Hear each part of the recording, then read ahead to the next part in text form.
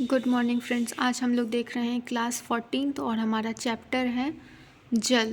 ये क्लास 6 की साइंस की बुक है और इसके कुछ शब्दों को हम लोग देख रहे हैं, वोकैब्स को। तो हमारा पहला शब्द है जल कणिका, जिसे वाटर ड्रॉपलेट्स भी बोलते हैं। ये जल की छोटी छोटी जो बूंदें होती हैं उन्हें हम लोग जल कणिका कहते हैं।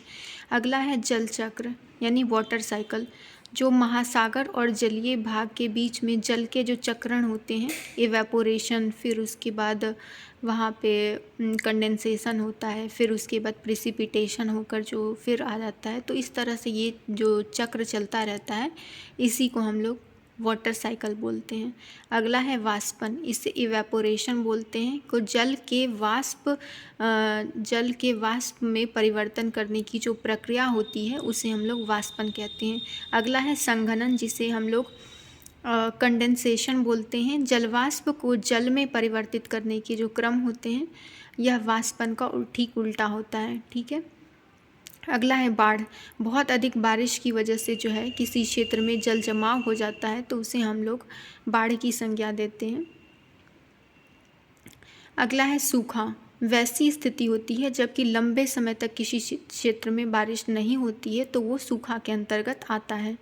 वर्षा, जिसे हम लोग प्रेसिपिटेशन कहते हैं, यह जब जल के रूप में होती है, जल के बूंदों के रूप में होती है तो हम लोग इसे वर्षा कहते हैं। ये संघनन और क्या बोलते हैं, वाष्पन और संघनन के बाद जब बारिश होती है जल के रूप में, तब इसे हम लोग वर्षा के रूप में देखते हैं। बादल, या जो भी वाटर ड्रॉपलेट्स होती हैं, जब वो ऊपर में कंडेंसेशन होने लगती है तो ये बादल यानी क्लाउड्स के रूप में आ जाती है। अगला है हमारा ओला। ओला को जो है हम लोग हेल कहते हैं और इनका निर्माण जो बूंदों के जमने से होता है। जब जल की बूंदें जमने शुरू हो जाती है और उनके आकार में वृद्धि होने लगती है। अगला है हिम, जिसे हम लोग स्नो भी बोलते हैं। और जब वाटर जो है हिमांक बिंदु से नीचे तापमान पर जलवाष्प का संघनन यानी कंडेंसेशन होने लगता है तो ये बर्फ़ के रूप में आ जाती है।